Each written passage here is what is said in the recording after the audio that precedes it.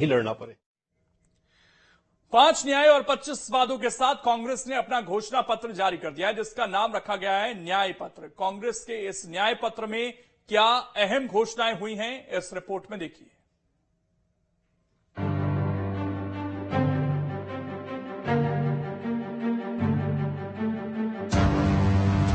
इसीलिए नंबर निकला है 400 पार।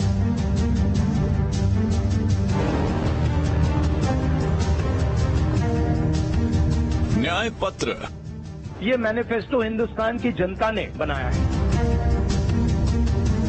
25 गारंटी, ये हिंदुस्तान की आवाज है, ये लिखिए। 5 न्याय, युवा न्याय, किसान न्याय, नारी न्याय, श्रमिक न्याय और हिस्सेदारी न्याय। और इन वादों दावों के साथ जारी हुआ कांग्रेस का मैनिफेस्टो, जिसका नाम रखा गया न्याय पत्र।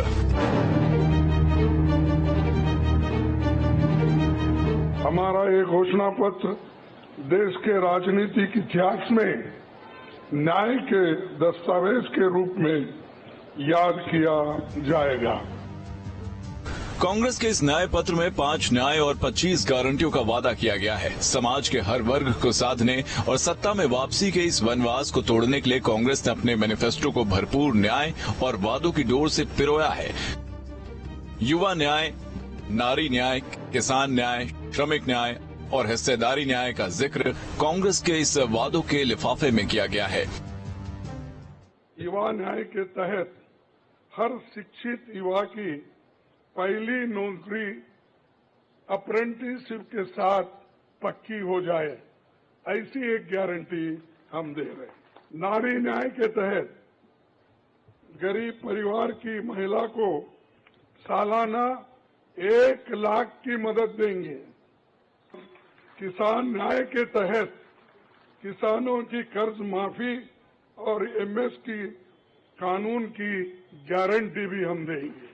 श्रमिक न्याय, इसके तहत मनरेगा में भी 400 रुपए के न्यूनतम, कम से कम 400 रुपए मजदूरी दिया जाएगा। हिस्सेदारी न्याय में सामाजिक आर्थिक समानता के लिए हर व्यक्ति और हर वर्ग की गिनती या जातीय जनगणना होगी। 24 के इस चुनाव में जो शब्द सबसे ज्यादा चर्चा में है वो है गारंटी। एक तरफ जहां मोदी की गारंटी से बीजेपी हैट्रिक लगाने का प्लान बना चुकी है, तो वहीं कांग्रेस भी अब अपनी गारंटी के दम पर जनाधार की ताक में है। युवा न्याय, किसान न्याय, नारी न्याय, श्रमिक न्याय और हिस्सेदारी न्याय, इन न्याय की बात हमने करी थी और इसकी गारंटी भी हमने दी है। बात यहां जनाधार की हुई, हाथ का साथ छोड़ते नेताओं के व्यवहार की हुई और बीजेपी के लक्ष्य 400 पार की हुई। 400 पार का दम भरती बीजेपी को लेकर कांग्रेस अध्यक्ष मल्लिकार्जुन खड़गे बड़ी बात बोल गए। वो डर सिर्फ मोदी को है, क्योंकि वो हमारे लोगों को ले लेके 400 पार बोलते फिर रहा है। इतना ही नहीं, कांग्रेस के इस मंच से बीजेपी पर तीखे वार भी हुए। सवाल उस मशीन को लेकर भी पूछे गए जिनमें धुलकर दागी नेता बेदाग हो जाते रहे हैं। अरे शाह साहब के वॉशिंग मशीन में इतने लोग जो भी जा रहे हैं क्लीन होके आ रहे हैं और भ्रष्ट लोग तुम्हारे साथ हैं, बदनाम हमको कर रहे हैं। मेरे पास तो नहीं है ना, मेरे पास जब तक थे तो आपने बोला वो भ्रष्ट है, फिर आप वो क्लीन कैसा हो गए? राहुल गांधी ने भी बीजेपी को घेरने का कोई मौका नहीं छोड़ा। चुनावी चंदे वाले मुद्दे पर राहुल भी बीजेपी को घेरते हुए नजर आए और इलेक्टोरल बॉन्ड वाले इस चंदे को बीजेपी की वसूली का नाम दे दिया। अगर आप बॉन्ड स्कीम्स को देखें तो उसमें साफ दिख जाता है कि नरेंद्र मोदी जी ने, बीजेपी ने एक प्रकार से पॉलिटिकल फंडिंग एक्सटॉर्शन से, धमकी से, प्रेशर से बनाई है। इतना ही नहीं, राहुल ने तो इस चुनाव को लोकतंत्र और संविधान बचाओ वाला चुनाव तक बता दिया। ये लोकतंत्र को बचाने का, संविधान को बचाने का चुनाव है और इसको लड़ना और जीतना बहुत जरूरी है। 24 के लोकसभा की इस लड़ाई में कांग्रेस वादों, दावों और आरोपों के साथ चुनावी मैदान में उतर गई है। 5 न्याय और 25 गारंटियों के जरिए जनता के बीच अपनी बात रख दी है। अब देखना होगा कि जनता कांग्रेस की इन गारंटियों पर भरोसा करके हाथ से हाथ मिलाती है या मोदी की गारंटी पर मुहर मार के अब की बार 400 पार वाले नारे को बुलंद करती है। Team news state.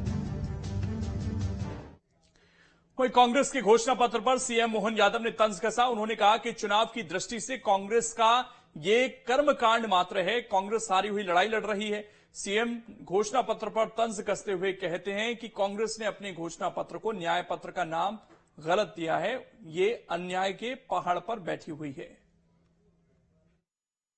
कांग्रेस ने का घोषणा पत्र जिसको न्याय पत्र नाम दिया है, कांग्रेस अन्याय के पहाड़ पे बैठी हुई सदैव पूरी देश के किसान, गरीब, मजदूर, युवा सबके साथ अन्याय करते हुए उन्होंने अपना समय गुजारा। ऐसे में उनके द्वारा न्याय शब्द उनके मुंह पे शोभा नहीं देता है। हमारे यहाँ 29 सीट पर 29 में से केवल एक जगह कांग्रेस लड़ा रही, उसके उल्टा भाजपा 6 जगह लड़ा रही।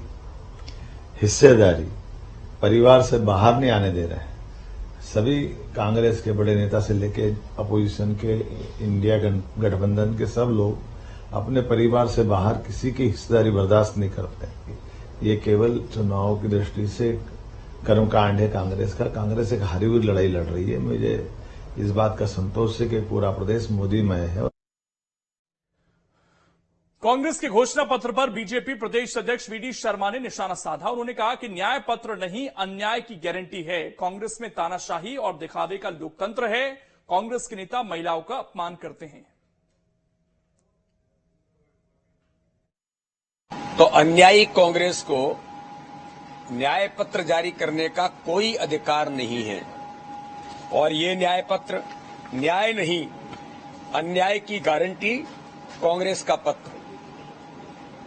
इसलिए देश के अंदर गरीबों के साथ, किसानों के साथ, महिलाओं के साथ, नौजवानों के साथ, भारत के संस्कृति के साथ लगातार अन्याय और आक्रमण करने का काम कांग्रेस ने किया है। इसलिए कांग्रेस के न्याय पत्र का मतलब है महिलाओं का अपमान करना। ये कांग्रेस का एजेंडा है।